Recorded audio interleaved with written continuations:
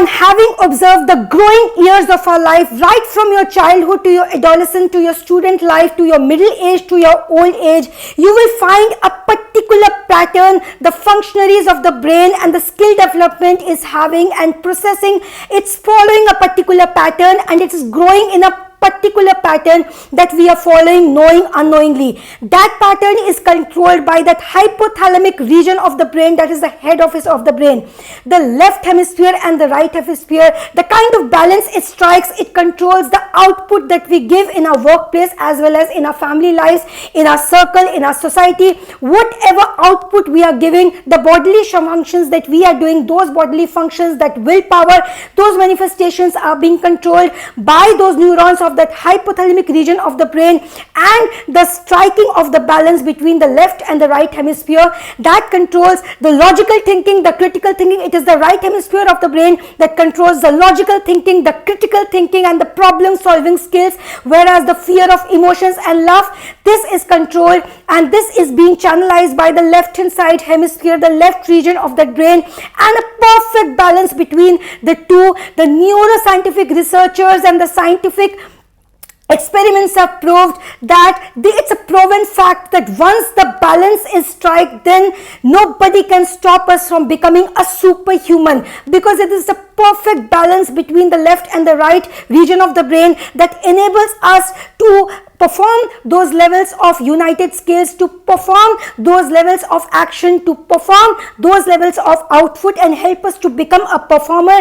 And it blocks those negative energies that controls our mind and that teaches our mind and that strategically teaches your mind not to work in your favor and best of your interest, because negative energy, its role in our lives is negative per se. It performs its role, and its role is to misguide us, to make us go astray, to distract our focus, and to make us take the wrong decisions of our life. These decision making skills, for instance, if you note your childhood years until this moment that you're living, any decision that we make, the reflexes action, who controls it? It is the subunits of the brain, apart from the main hypothalamic region that functions and that sends the message to all cells of your body and controls all the bodily functions.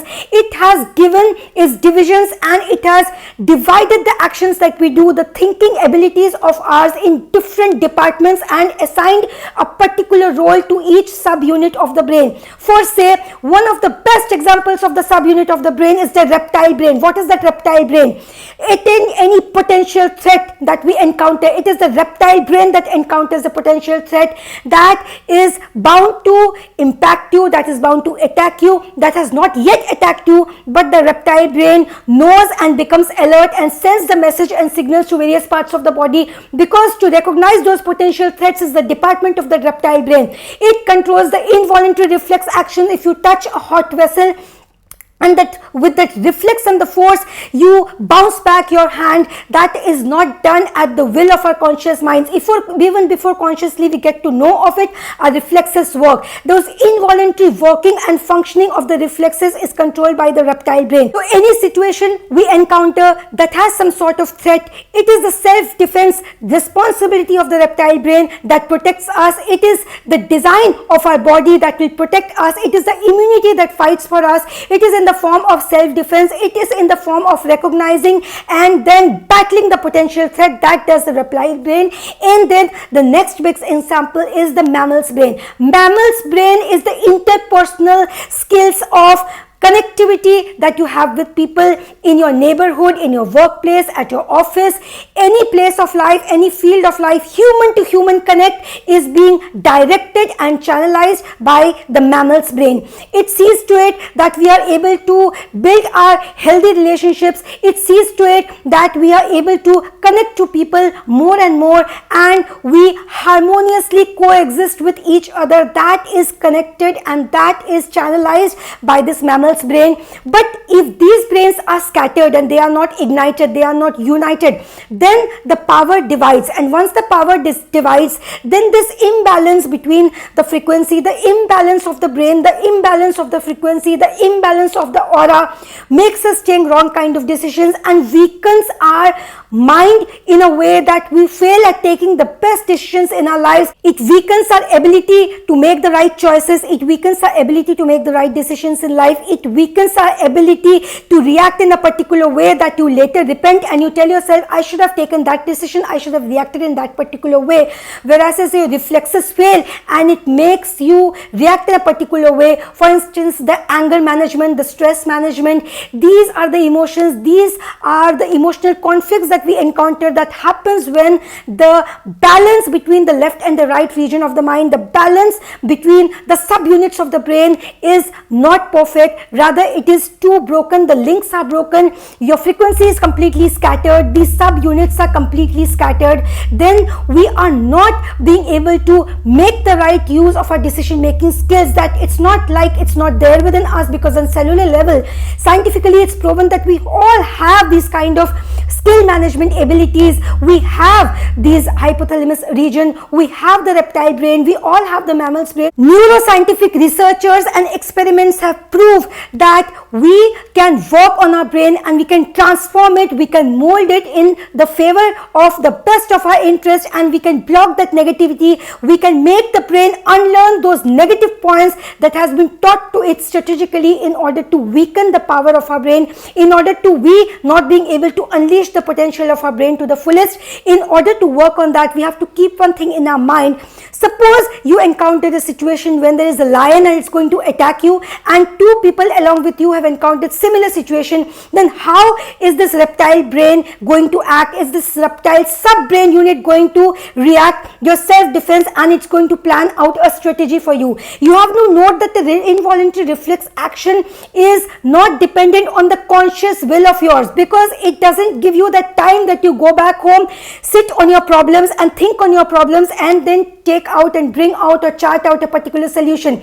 It happens, it all happens, the reflex action happen in less than a fraction of a second. Otherwise, imagine you've dipped your hand in hot water vessel, and if your reptile brain waits for that conscious order of your mind, for your will of your mind, for the permission of your conscious brain to tell it that you take back and bounce back your hand, then by that time our hand will be half burned. So this is how the reflex burn. It's less than a fraction of a second between the blink of our eyes, the time interval. It is the speed of a light. It works like that. It doesn't give us any time. Now coming to the three situations. Okay, a lion is going to attack you and a lion is going to attack two other people. How the reflexes are going to react and how the reptile brain of yours and other two people are going to plan out and draw out a self-defense strategy in less than a fraction of a second. Suppose the lion is right in front of you. You have decided to pounce at that lion and to hit that lion, to fight that lion physically.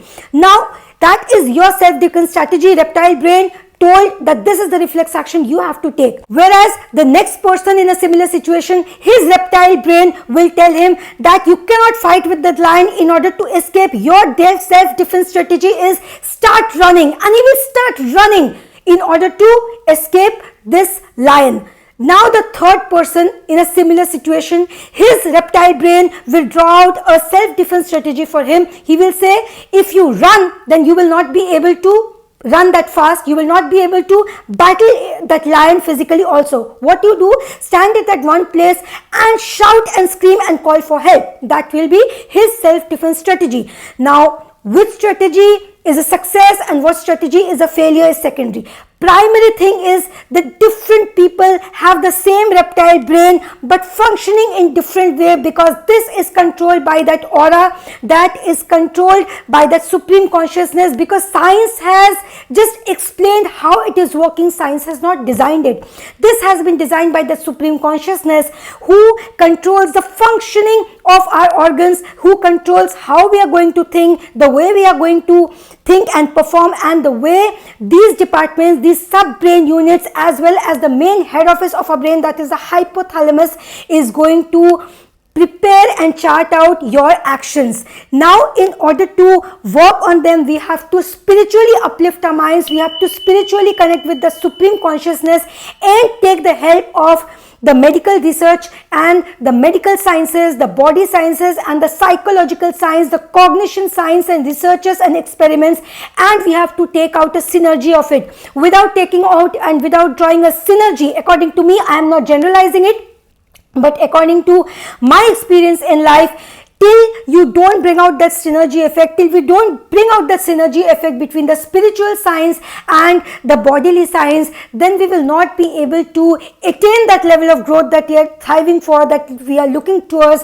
That growth, that success in our lives, which can be attained if we draw a healthy balance between the two regions of our mind, which is the left hemisphere and the right hand hemisphere. And neuroscientists, researchers have proved it, that a person who strikes a balance between the left hand side and the right hand side region of the mind, then that person is unstoppable and he can become a superhuman. That is the potential that balance has between the right and left hemisphere.